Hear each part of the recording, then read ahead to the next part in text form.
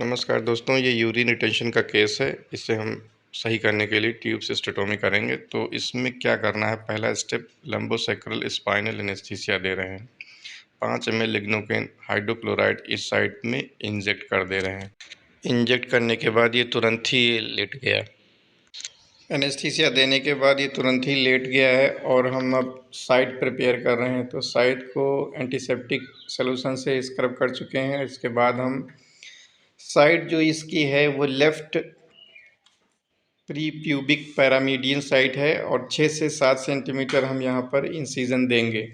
तो इंसिजन देने के पहले हमने लोकल एनेस्थीसिया यहाँ पर भी दिया है, जाइलोकेन 2% 3 से 4 ml, और फिर इंसिजन दे रहे हैं। स्टेप बाय स्टेप हमने एक एक लेयर खोली है।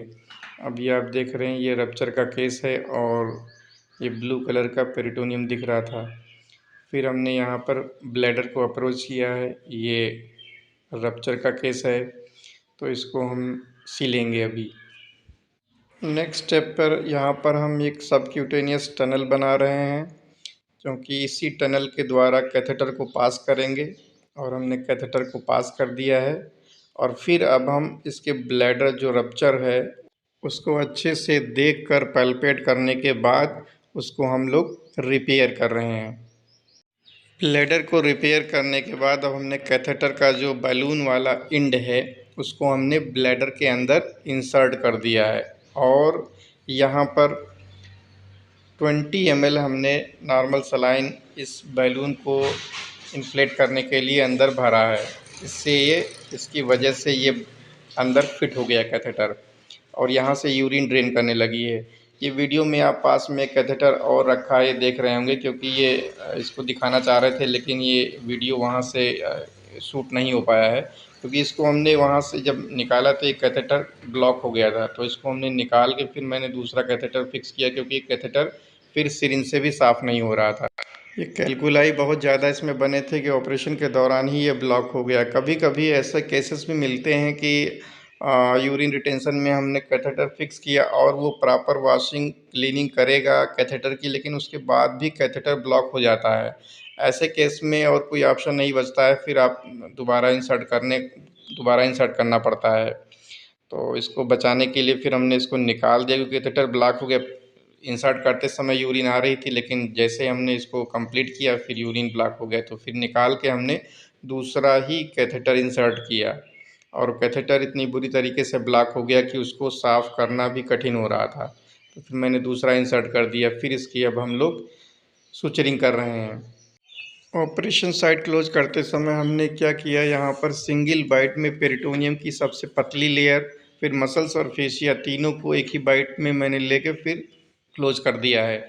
फिर इसके बाद हमने सब कट सूचर अलग लगाए हैं। इसके बाद जो आप इस समय वीडियो में देख रहे होंगे वो स्किन के सूचर लग रहे हैं। यहाँ कैथेटर को भी स्किन से अटैच करेंगे, ताकि ये कैथेटर ऐसे लटका ना रहे, क्योंकि कुछ केसेस में क्या है, मैंने देखा है कि वो मुंह से खींच लेते हैं और मुंह से खींच लेते हैं क्योंकि इस एरिया में इरिटेशन होगा कुछ दिन बाद। जैसे जैसे हीलिंग बढ़ेगी तो इरिटेशन होगा, तो उसकी वजह से ये मुंह से निकाल लेता है, फिर बड़ी दिक्कत खड़ी होती है। तो इसको रोकने के लिए स्किन से अटैच किया जाता है, ताकि यहाँ तक वो उसका मुँह यहाँ तक ना पहुँच पाए। हालांकि कुछ दिन बाद ये निकल किसी किसी केसेस में इस यहाँ के सूचर हट जाते हैं और नीचे लटक जाता है, तब तक हीलिंग कंप्लीट हो जाती है, फिर इतना दिक्कत नहीं होती है। अब यहाँ पर ऑपरेशन साइट पर हमने बीटाडीन का लिक्विड अप्लाई किया है। यहाँ पर आप देख सकते हैं वीडियो के माध्यम से कि ये इसकी यूरिन कंटिन्यूस निकल रही है, ड्रॉप बाय ड्रॉप। अभी थोड़ा सा उसमें भर गया था इसलिए धार से निकल रहा है, फिर अभी ये ड्रॉप बाय ड्रॉप यूरिन निकलने लगी है।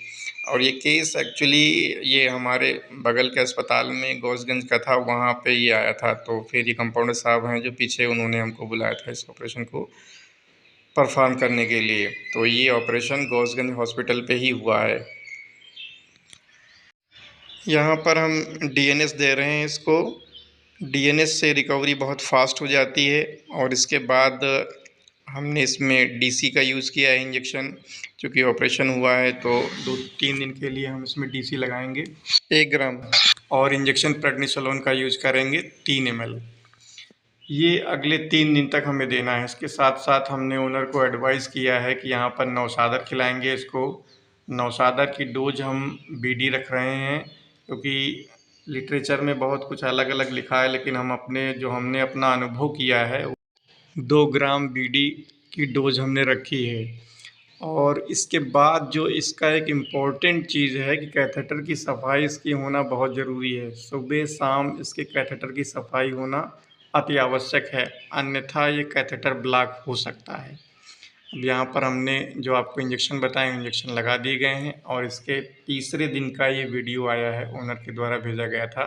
तो इसमें ये आराम से जुगाली भी करता है, चारा पानी करने लगा।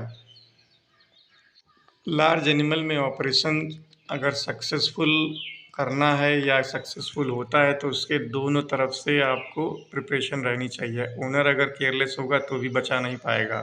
ओनर की तरफ से भी प्रॉपर सेफ्टी मेजर्स लेने चाहिए।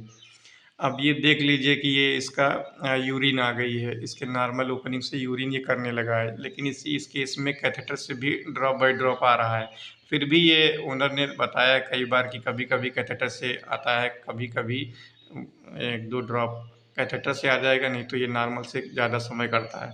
तो फिर मैंने इसको निकाल दिया है, क्योंकि ये अब उस हिसाब से इसमें जो स्लिट डिपोजिशन था या कैल्कुलाई बना हुआ था, वो निकल गया है। तो इसको हमने इसी बिहाफ़ पे डिसीजन लेके इसको निकाल दिया कैथेटर। कैथेटर कैसे निकलता है? कैथेटर बहुत आसानी से निकल जाता है, इसको देखिए वीडियो में। हमने जो 20 ml नॉर्मल सलाइन इंजेक्ट किया है, बलून अंदर जो फूला हुआ है, उसको हम डिइन्फ्लेट कर रहे हैं। तो जो हमने फ्लूइड भरा है, उसी फ्लूइड को निकाल दे रहे हैं और ये आराम से निकल आता है। इसके लिए कोई दूसरा ऑपरेशन नहीं करना रहता है। बहुत सारे लोग ये पूछते हैं दूसरा ऑपरेशन होगा, अभी डाला गया है। देखिए, कहीं कोई ऑपरेशन नहीं होना है। फिर इस टनल को हम लोग थोड़ा-सा सेफ्टी रखेंगे यहाँ पर बीटाडीन हमने लगा दिया है और टनल में 1-2 दिन बीटाडीन डालेंगे, ये ठीक हो जाता है बिल्कुल।